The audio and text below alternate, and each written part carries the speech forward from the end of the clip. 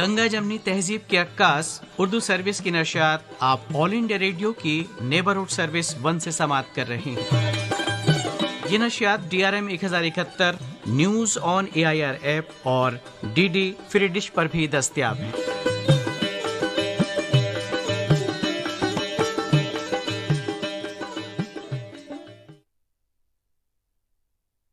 पेश खिदमत है प्रोग्राम आओ बच्चों।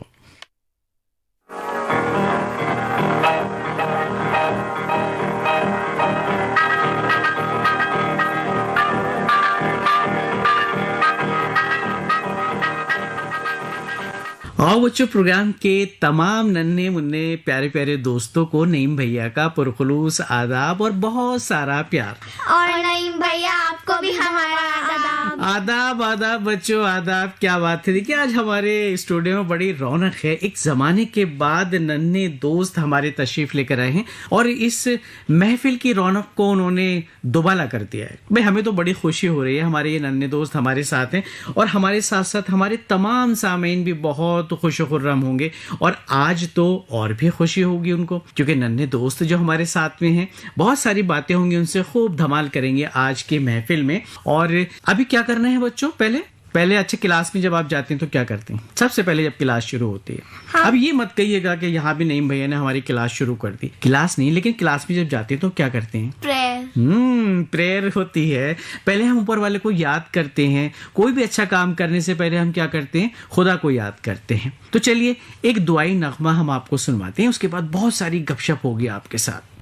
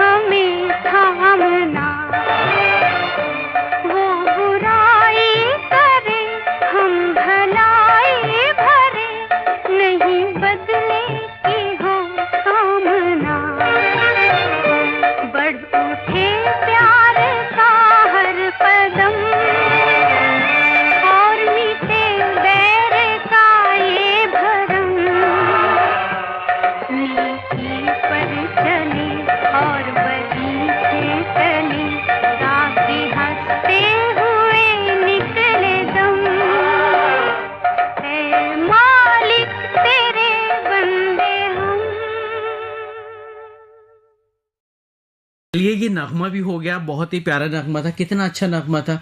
और इसमें देखिए बच्चों, आपने जैसा कि सुना, ये बताया गया ना कि हमें नेक राह पे चलना चाहिए, बुरे कामों से बचना चाहिए और सबकी मदद करना चाहिए। क्योंकि जब आप किसी की मदद करते हैं तो कितना अच्छा लगता है। आपको अच्छा लगता है? हाँ, मुझे बहुत अच्छा लगता आपको भी ऐसा लगता हाँ, है? मुझे भी। देखो एक मतलब सेल्फ सेटिस्फेक्शन तो होता ही है, साथ साथ खुशी भी होती है, क्योंकि एक सुकून जो है वो हमें हासिल होता है किसी की मदद करके। अच्छा, एक बात बताइए, अभी हम प्रोग्राम में आगे बढ़ने वाले हैं, लेकिन हम आगे क्यों बढ़ रहे हैं? अभी तो हमने आपसे नाम भी नहीं पूछा।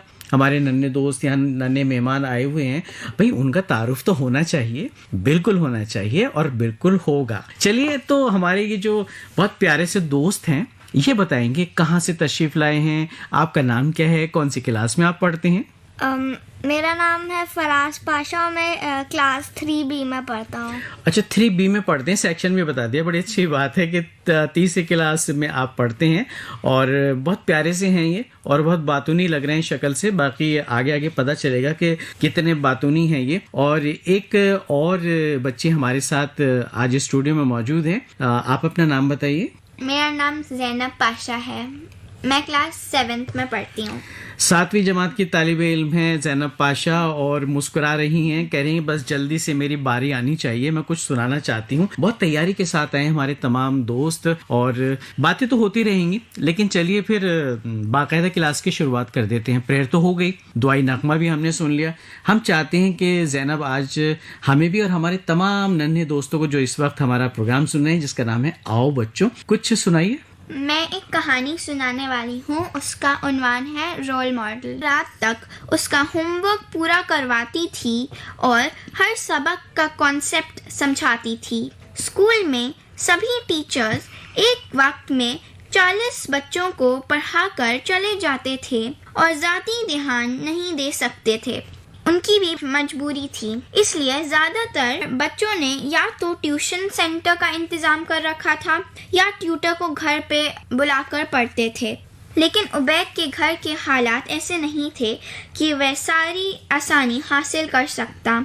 इसलिए उसकी मम्मी अपनी जॉब और घर के कामों को ऐसा वक्त निकालकर उसकी मदद किया करती थीं। उस दिन भी उबैद 3 बजे घर पहुंचा तो जोरा मेज पर खाना लगाए उसी का इंतजार कर रही थी।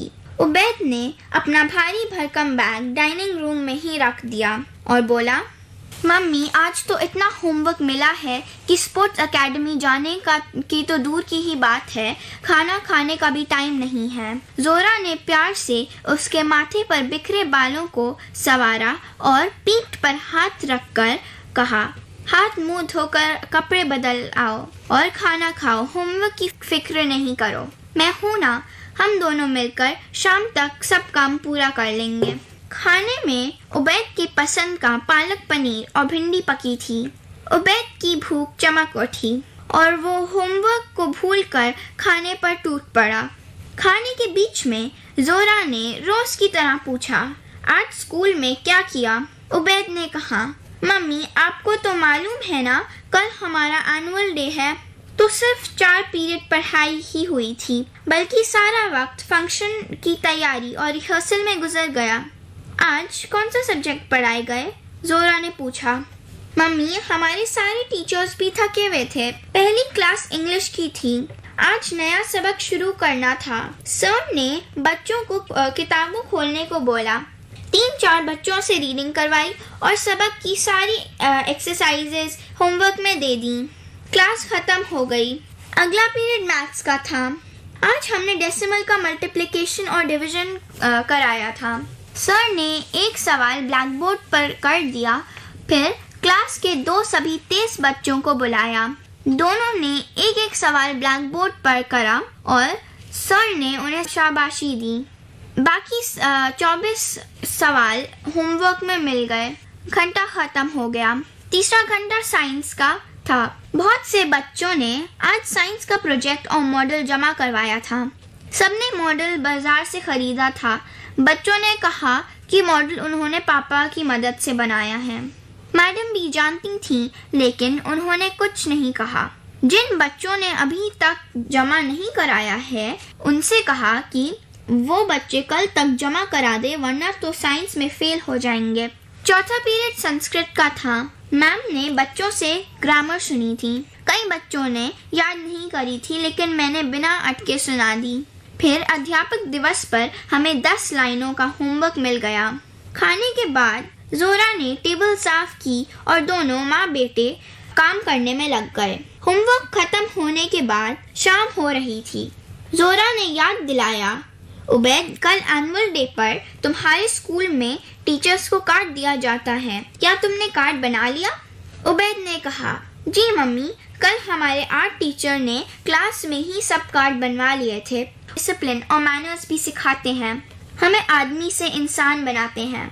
जोरा किचन में जाने लगी तो उबैद ने याद दिलाया, मम्मी, कल साइंस का मॉडल भी बाजार से ले आइएगा, 2000 का मिल रहा है। जोरा ने कहा, फिक्र ना करो, सब हो जाएगा। अगले दिन वो सोकर उठा तो एनुअल डे था। वो एनुअल डे के फंक्शन को लेकर बहुत एक्साइटेड था। तैयार होकर खाने की मेज पर पहुंचा तो यह देखकर हैरान रह गया कि मेज पर ट्रांसफर ऑफ एनर्जी का मॉडल तैयार रखा था, यानी मम्मी ने सारी रात जागकर मॉडल तैयार किया था। उसकी आंखें भीग गईं। उबैद ने मम्मी के हाथ चूम लिए। स्कूल में फंक्शन शुरू होने से पहले ही सब बच्चों के साथ उबैद ने भी टीचर्स के कार्ड्स और गुलाब की कली पेश की। बड़ा कार्ड किसको दे वो ये तय नहीं कर पाया था। फंक्शन बहुत अच्छा था और सबको बहुत पसंद आया। घर पहुंचकर उबैद ने देखा कि मम्मी मॉडल को आखिरी टच दे रही थीं। उसने सबसे बड़ा कार्ड और गुलदस्ता मम्मी के कदमों में रखते हुए कहा, मेरी रोल मॉडल तो मेरी मम्मी है, शुक्रिया। भाई वाह, बहुत खूब, बहुत खूब, बहुत उम्दा कहानी हमें ज़ैनब ने सुनाई। और फराज, आपने सुना रोल मॉडल के मुतालिक, मम्मी पापा जो होते हैं, आपके अम्मी अब्बू जो होते हैं, आपके सबसे अच्छे रोल मॉडल होते हैं। वो आपके लिए बहुत मेहनत करती हैं। मालूम है क्यों करती हैं? इनकरेज करती हैं, आपकी हौसला अफजाई करती हैं ताकि आप अच्छे से पढ़ाई करें, अच्छे नंबर हासिल करें। अच्छा बच्चों, एक बात बताइए, अभी कोरोना की बीमारी की वजह से जो कोरोना वायरस फैला था, जिससे कोविड-19, आपने सुना उस बीमारी के मुतालिक? हाँ, सुना है ना।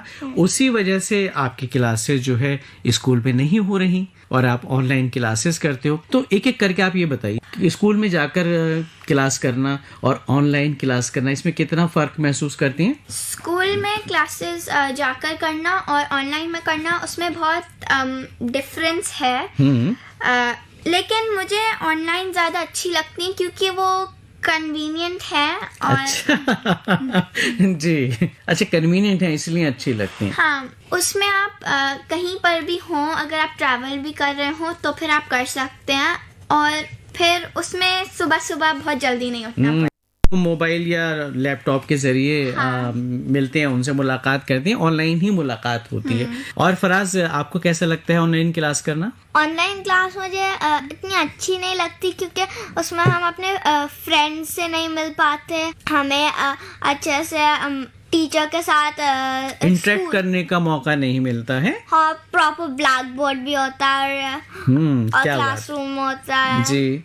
और आपके दोस्त भी तो होते हैं जिन्हें आप मिस कर रहे हैं, जिनके साथ मिलके आप कभी कभी शरारतें भी करते थे स्कूल में खेलने के साथ साथ, ऐसा होता है? हाँ, होता है। मिस करते हैं अपने दोस्तों को। लेकिन बच्चों, ये जो वबा है कोविड-19, कोरोना वायरस की वजह से जो फैली थी, इससे थोड़ा सा हमें भी एहतियात रखनी है क्योंकि हम, ये जो बच्चे हैं हमारे, जो नन्हे दोस्त हैं, वो सब छोटे छोटे से हैं। और जब छोटे बच्चे होते हैं उनको इन्फेक्शन लगने का खदशा या चांसेस ज्यादा बढ़ जाते हैं। तो फराज को तो भी स्कूल जाना ज्यादा अच्छा लगता है, ऑनलाइन क्लासेस करना अच्छा नहीं लगता। और ज़ैनब को ऑनलाइन क्लासेस ज्यादा कन्वीनियंट लगती हैं। चलिए, तो पसंद अपने अपनी, ख्याल अपना अपना। अच्छा फराज, हम चाहते हैं कि आप भी हमारे नन्हे दोस्तों को कुछ सुनाएं, क्योंकि मुंतजिर होंगे, वो भी कह रहे होंगे भी फराज भी तो आज आए हुए स्टूडियो में कुछ सुनाने के लिए। तो क्या सुनाएंगे आज आप हमारे नन्हे दोस्तों को? आज मैं एक कहानी सुनाऊंगा, उसका नाम है हम सब एक हैं। जी जरूर सुनाइए।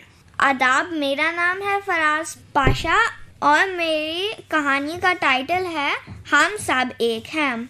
गुरमीत, अहमद, अमित और जॉन की दोस्ती तो ऐसी थी कि मोहल्ले वाले उसकी मिसालें दिया करते थे। उनके जिस्म 4 ज़रूर थे, उनकी जान एक थी और होना भी चाहिए था क्योंकि चारों का खानदान एक ही बिल्डिंग के फ्लैट्स में रहते थे और उनके घर भी बराबर बराबर ही थे। गुरमीत के पापा की हार्डवेयर की दुकान थी। अहमद के अब्बा किसी दफ्तर में क्लर्क थे। अमित के बाबूजी एक प्राइमरी स्कूल में टीचर थे और जॉन के डैडी एक शोरूम में सेल्समैन थे।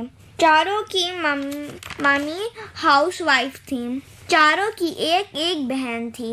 गुरमीत की बहन छोटी थी। अहमद की आपा उससे काफ़ी बड़ी थी। अमित की बहन उससे छोटी थी और जॉन की बहन उसकी जुड़वा थी। उनके ख़ानदानों में भी आपस में बहुत एकात था। हर खुशी में, गम में, त्योहारों पर सब एक दूसरे के साथ खड़े नजर आते। चारों दोस्तों का जन्म दिल्ली में ही हुआ। साथ पल कर बड़े हुए और एक ही सरकारी स्कूल के एक ही क्लास में पढ़ रहे थे। साथ पढ़ना, साथ खेलना, साथ खाना पीना। उन्होंने कभी जाना ही नहीं कि उनका धर्म अलग अलग है। अमित के घर पूजा होती तो अहमद, जॉन और गुरमीत आगे आगे रहते, माथे पर टीका लगाते और प्रसाद खाते। ईद पर सब ही तीनों अहमद के घर पहुंच जाते। उनके लिए भी सफ़ेद कुर्ता पजामा बनवाया जाता। अब्बा सबको ईदी देते और रात को सब लोग साथ बैठकर दावत के मज़े लेते। कभी ऐसा भी होता कि शहर में दंगा फसाद होता, लेकिन उनकी बिल्डिंग के लोगों पर इसका कोई असर नहीं पड़ता। एक बार क्या हुआ कि चारों दोस्तों के एग्ज़ाम्स हो रहे थे और अहमद की आपा की शादी होने वाली थी। अहमद की अम्मी किसी न किसी आंटी के साथ रोज़ ही बाज़ार में चक्कर लगाती थी और ये चारों किसी आंटी के निगरानी में पढ़ाई करते थे।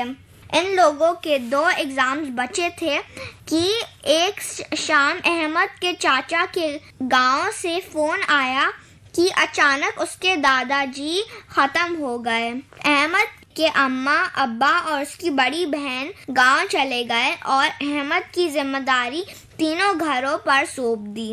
अगले दिन एग्ज़ाम था तो चारों ने तय किया कि वो सब अहमद के घर में तैयारी करेंगे और वहाँ ही सो जाएंगे।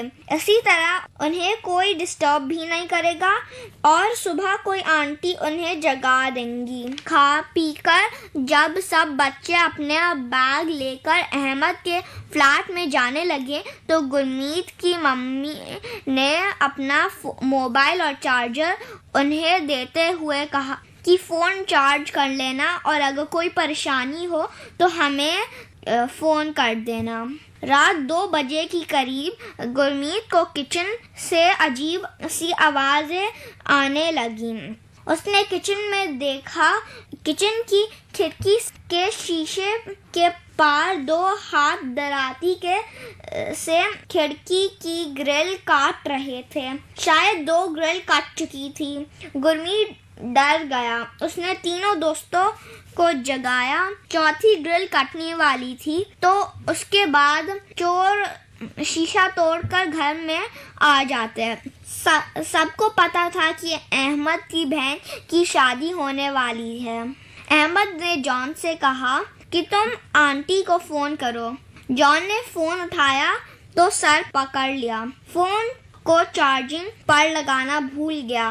इतने देर में शीशा टूटने की आवाज़ आई। अहमद ने कहा, तुम तीनों सामने के दरवाजे से चले जाओ और तीनों अंकल को बुलाओ। इतने में मैं उनको रोकने की कोशिश करता हूँ। अमित ने कहा, हम तुम्हें अकेला छोड़कर नहीं जाएंगे। अहमद ने कहा, नहीं भाई, अम्मी अब्बा ने बड़ी मुश्किल से शादी के लिए सामान लिया है।